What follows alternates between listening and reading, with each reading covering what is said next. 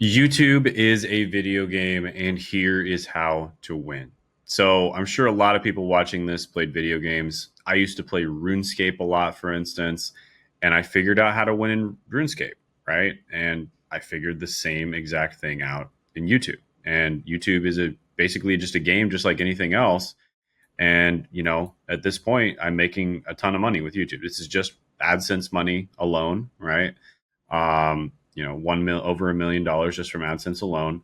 And if you look at this little arrow that's pointing right here, this is what that arrow looked like at that time. So I was barely getting any views at all. So I was basically a noob, right? I was a noob playing the game, was barely getting any views, wasn't making any money at all.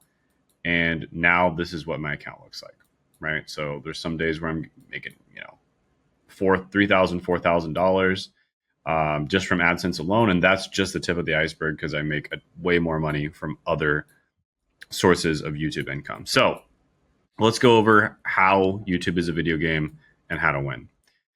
So just like a video game, you have to choose your class, right? Which is kind of like choosing your niche. You start a video game, World of Warcraft or something like that. You choose to be an orc, or you choose to be a wizard or a rogue, or et cetera, et cetera.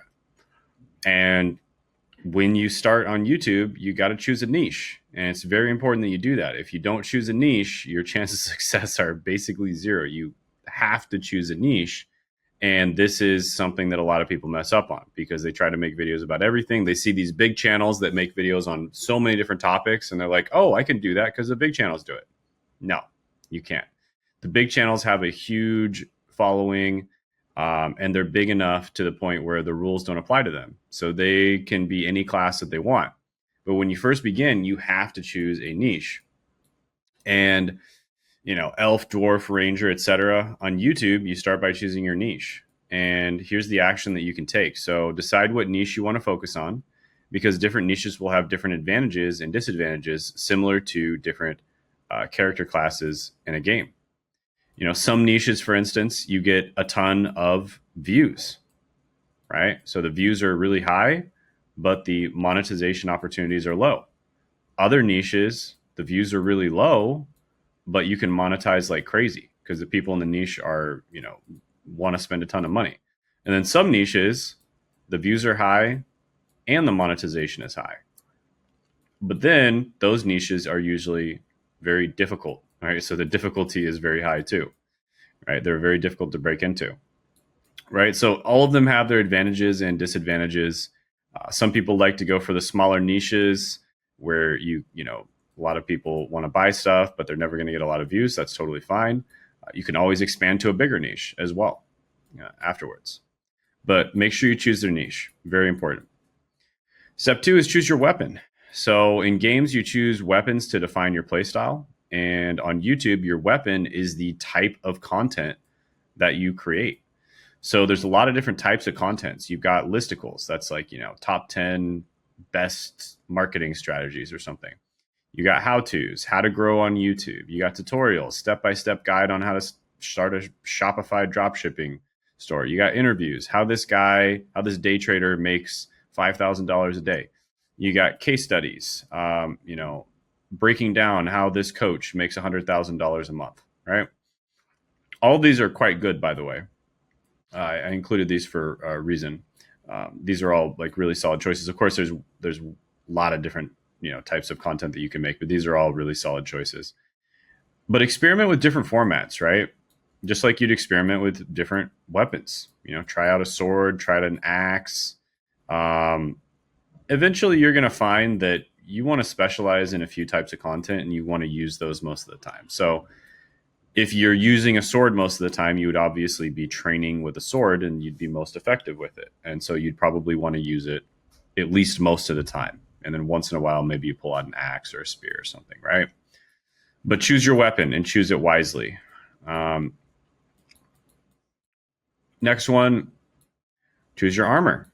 So in addition to weapons, your character's armor influences their abilities. And on YouTube, this is similar to style and presentation of your videos. So choose how to present yourself. Will you be on camera? Use a voiceover? You're going to stay faceless? And decide on your setup, like standing or sitting, using one angle, multiple angles. and test different styles and find what fits you best.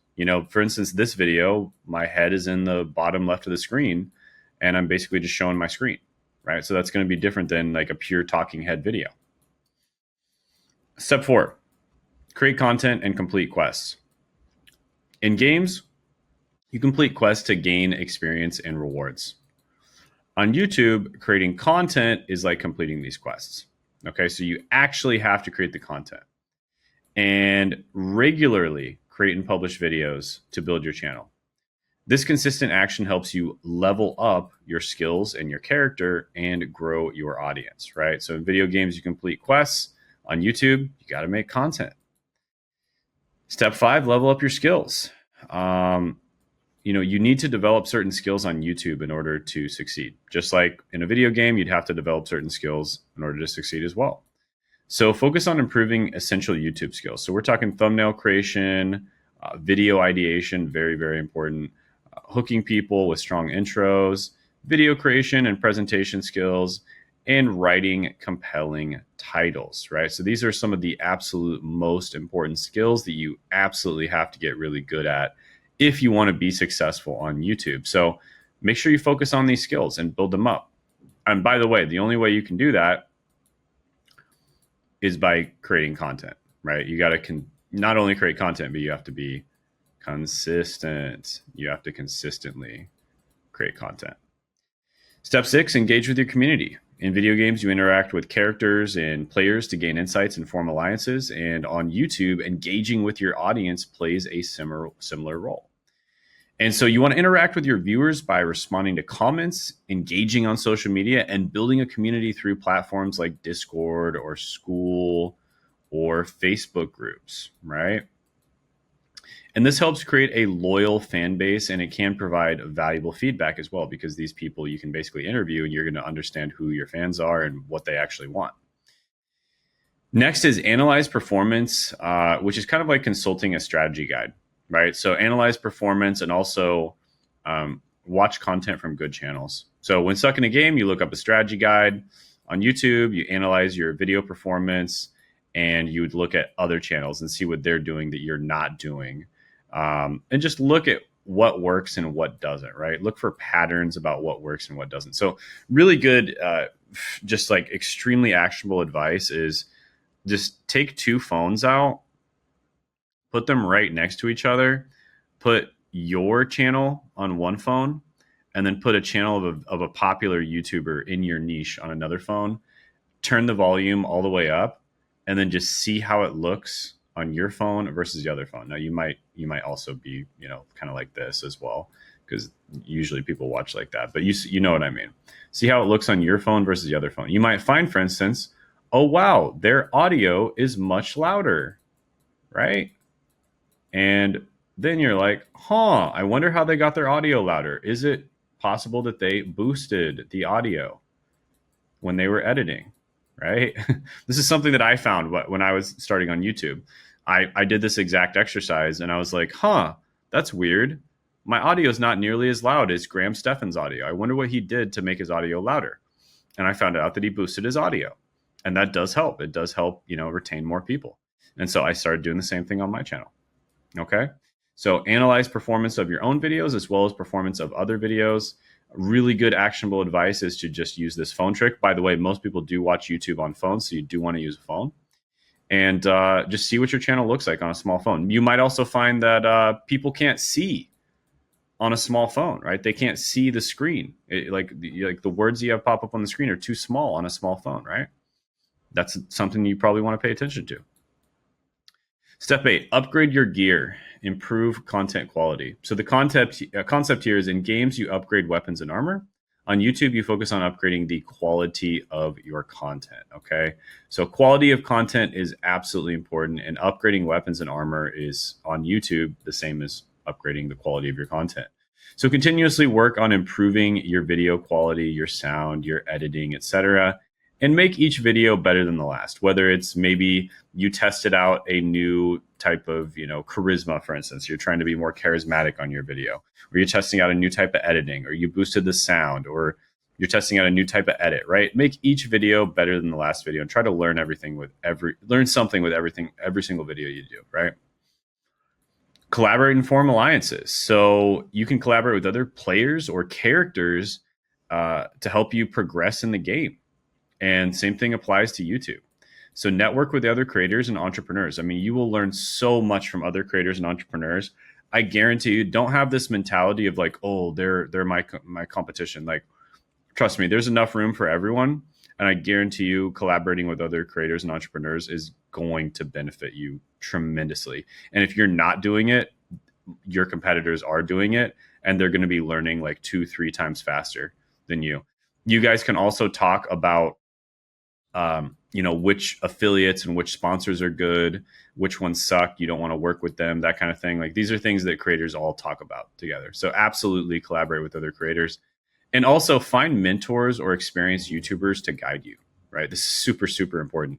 And by the way, I teach people how to grow and make money on YouTube. So if you want me as a mentor, book a call down in the description in the pinned comment below. And then surf trends and participate in events. So video games often have events and unique rewards, like a Christmas event and that kind of thing. On YouTube, trends act like these events. So keep an eye on trending topics and events. So participate in them to gain visibility and attract new viewers.